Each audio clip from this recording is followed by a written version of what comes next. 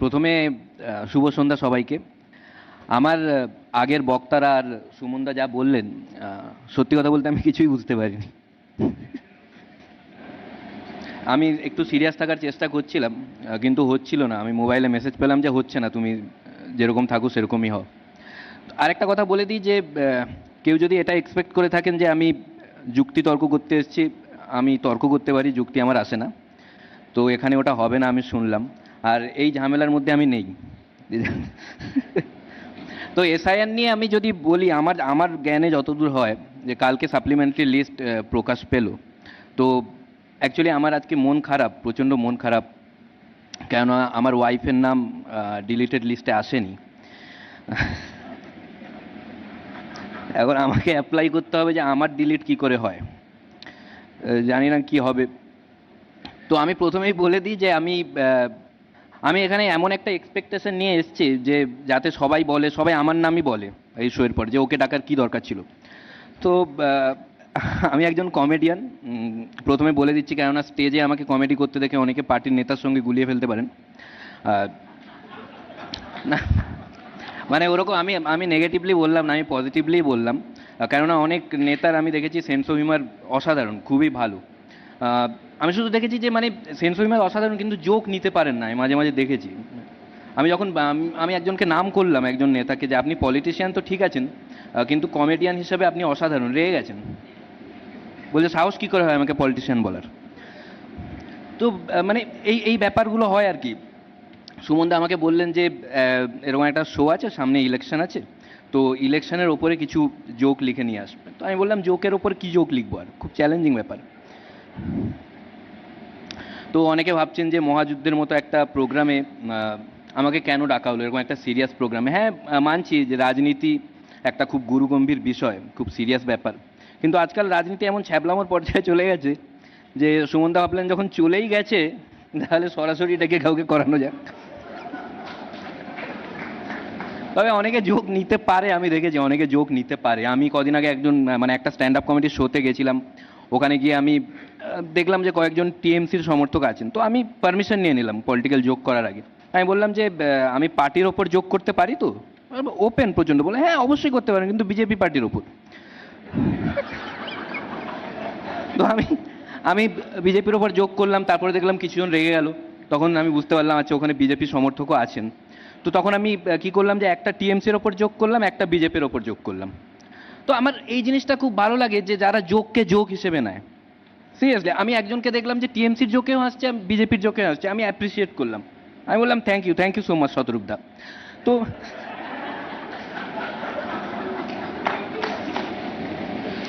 আমি আমি যেটা জিনিস, আমি এখানে যেটা নেতাদের পজিটিভ সাইড বলতে এসেছি অ্যাকচুয়ালি। মানে আমি নেতাদের নেগেটিভ সাইড বলতে চাই না, কারণ আমি জানি যে সব পার্টির নেতারাই এবিপি আনন্দ দেখে, রিস্কি হয়ে যায় ব্যাপারটা। আমি যেটা দেখেছি যে অনেকে যদি ভাবে যে আমার কেন্দ্রে আমি কাকে ভোট দেবো, আমি কনফিউজড, আমি ঠিক করতে পারছি না, আমি আত্মবিশ্বাস দেখে ভোট দেবো, যে কার আত্মবিশ্বাস বেশি, তাহলে বিপদে পড়ে যাবেন, ভোটই দিতে পারবেন না। কেননা কারো আত্মবিশ্বাস কম নয়, সবারই তুঙ্গে। আপনারা দেখবেন ইলেকশনের আগে যখন সাংবাদিক গিয়ে কোনো প্রার্থীকে জিজ্ঞেস করেন যে সামনে ইলেকশন, কি মনে হচ্ছে, জিতবেন? জিতে গেছি। কেউ ফিউচারে কথা বলে না, জিতে গেছি। সাংবাদিক ভয় পেয়ে যায় কি এবারে ইলেকশনের রেজাল্ট আগে বেরিয়ে গেল নাকি ইলেকশনে। মানে একটা আত্মবিশ্বাস, একটা কনফিডেন্স। আর একটা কমন ডায়লগ দেখবেন নেতাদেরকে, মানে প্রার্থীদেরকে যদি জিজ্ঞেস করা হয় যে মানে বিপক্ষ প্রার্থীর ব্যাপারে, সবাই বলছে যে ও ঘাবড়ে গেছে, ভয়, হেরে যাবে না, ভয় পেয়ে ঘাবড়ে গেছে, সবাই বলছে ঘাবড়ে গেছে। বিপক্ষ প্রার্থীকে জিজ্ঞেস করা হচ্ছে, ও বলছে এও ঘাবড়ে গেছে। এটা দেখে জনগণ ঘাবড়ে যায় যে আমাদের কেন্দ্রেই সব ঘাবড়ানোর প্রার্থী কেন দিয়েছে। তারপরে জনগণ দেখে যে কে কম ঘাবড়েছে, তার মধ্যে আবার জনগণ ঠিক করে যে কাকে ভোট দেওয়া যেতে পারে। আর আমি দেখেছি যে মানে কনফিডেন্স এত থাকে না নেতাদের, চ্যালেঞ্জ ছুড়ে দেয়। আমি অবাক হয়ে যাই যে এত কনফিডেন্সের চ্যালেঞ্জ ছুটছে কি করে। সিরিয়াসলি, মানে যখন সাংবাদিক জিজ্ঞেস করে প্রার্থীকে যে বিপক্ষ প্রার্থীর ব্যাপারে, পুরো ওপেন চ্যালেঞ্জ, এবারে যদি আমি না জিতি আমি রাজনীতি ছেড়ে দেব, আমি রাজনীতি ছেড়ে দেব, এরকম কনফিডেন্সে বলছে। সবাই ভাববে যে বাবা যদি হেরে যায় কি হবে, হেরে গেলে কিচ্ছু হবে না। ঠিক এইটা নেতাদের গুণ আমি দেখেছি, ঠিক মেকআপ দিয়ে দেবে যে কোনো পার্টির নেতা। রাজনীতি ধরুনও হেরে গেল, এত এটা বলার পরে হেলে গেল, তো সাংবাদিক জিজ্ঞেস করবে যে আপনি বলেছিলেন রাজনীতি ছেড়ে দেবেন, কি হলো, শুরু হয়ে যাবে। আমি বলেছিলাম আমি হেরে গেলে রাজনীতি ছেড়ে দেব, আমি সিদ্ধান্ত নিয়েছিলাম রাজনীতি ছেড়ে দেব, কিন্তু রাজনীতি আমাকে ছাড়বে না।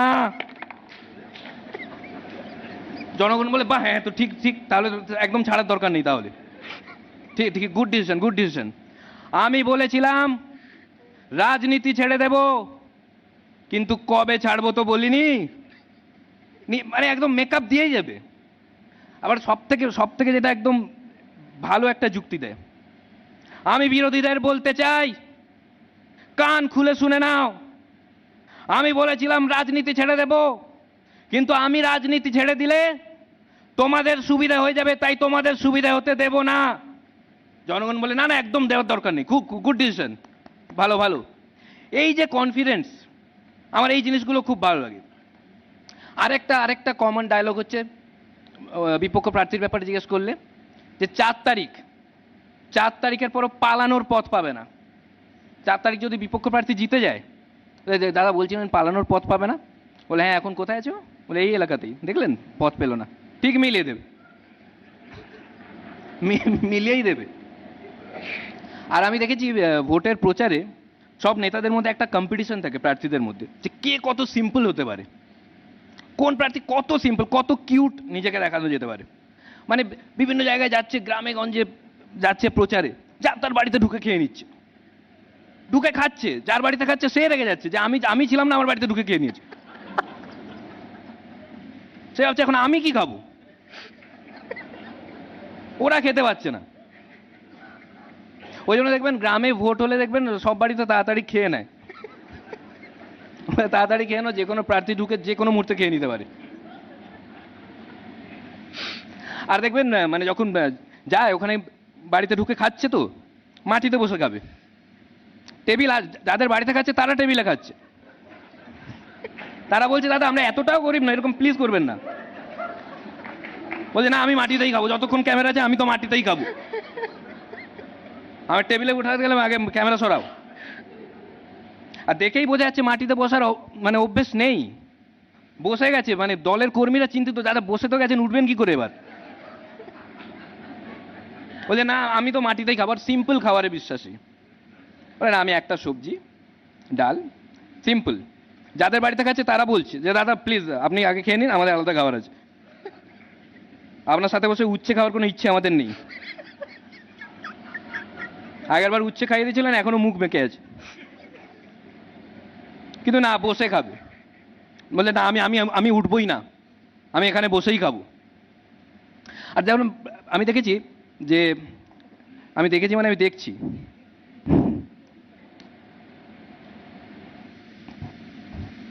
আর যত কিউট কিউট যে জিনিস যেটা বললাম, যে যখন প্রার্থীরা বলে যে বসে যায়, যখন যখন সবজি খায়, আপনারা একটু ভালো করে দেখবেন, একটু ভালো করে লক্ষ্য করবেন, এক্সপ্রেশন আর কথা আলাদা হচ্ছে। মুখে সবজি খেতে কিন্তু ভালো লাগছে না, মুখ ফুক বেঁকে যাচ্ছে, হ্যাঁ অসাধারণ, খুব সুন্দর সবজি, খুব দারুণ, এটা আমার খুব ফেভারিট, এটার নাম কি, খুব ভালো লাগে এই সবজিটা আমার খেতে। প্রচারে যাচ্ছে, যে কোনো বাচ্চা ওখানে খেলছে, বাচ্চার সঙ্গে কিছু না, ছোট বাচ্চা খেলছে, বাচ্চাকে কোলে তুলে আদর করছে, বাচ্চা বলে এটা কি হচ্ছে, এত আদর তো আমার মা বাবা করে না, আমার মা বাবার তো এসআইআর ডিলিটেডে নাম আছে, তারপর বাচ্চা ফেলে চলে যায়। আর যখন কেউ ক্রিকেট খেলে না, প্রার্থী যাচ্ছে প্রচারে, কেউ ক্রিকেট খেলছে, ওখানে গিয়ে ব্যাটিং করা শুরু করে দেয়, যারা বাচ্চারা খেলে তারাই বিরক্ত হয়ে যায়, আবার সেই বাজে ব্যাটসম্যানটা আসছে, প্রত্যেকদিন 3-4 ওভার করে খেলে বেরিয়ে যাচ্ছে ফিল্ডিং না করে, ফিল্ডিং করতে বললেই বলছে যে আমার প্রচার আছে।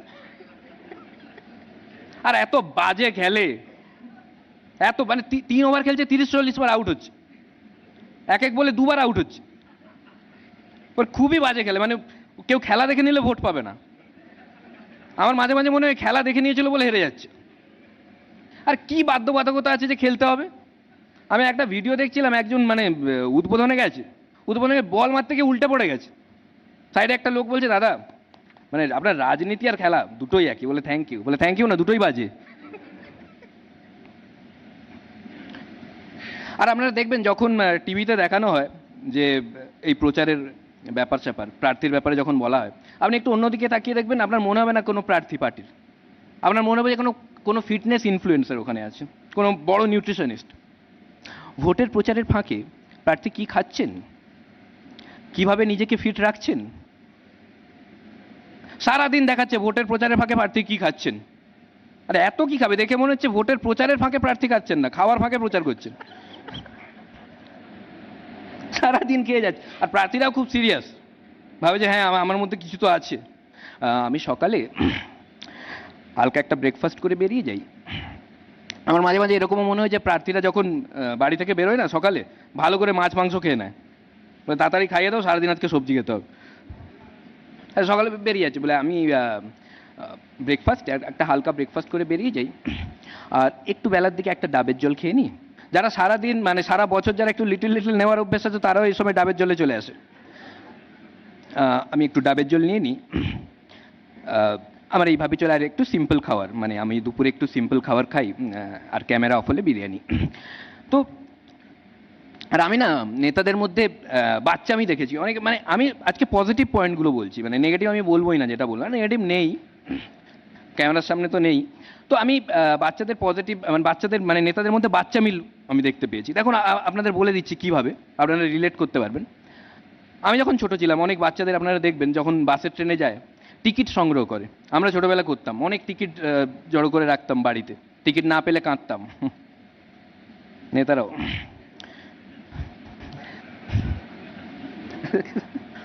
তো অনেক অনেক নেতাকে আমি দেখেছি, সব থেকে ভালো যেটা আমি দেখেছি যে যারা দল পরিবর্তন করা নেতা, প্রচণ্ড দল পরিবর্তন করেন, প্রচণ্ড দল পরিবর্তন করেন যারা, মানে এত মানে সকালে যাদের এগেনস্টে আন্দোলন করছিলেন, বিকেলে দেখা যাচ্ছে তাদেরই মিছিলে জবাব চাই, জবাব দেওয়ার। দাদা আপনি এদেরই জবাব চাইছিলেন না? বলে হ্যাঁ দিচ্ছিল না, তাই আসতে হলো। আমি সারা জীবন এরকমই জবাব চাইবো চারদিকে। এদেরকে না কেউ মিছিলে নিয়ে যায় না, ভয়। হ্যাঁ সিরিয়াসলি, হয়তো মিছিলে নিয়ে যাচ্ছে, বিপক্ষর একটা মিছিল আসছে, ওখানেই দল চেঞ্জ করে নেয়।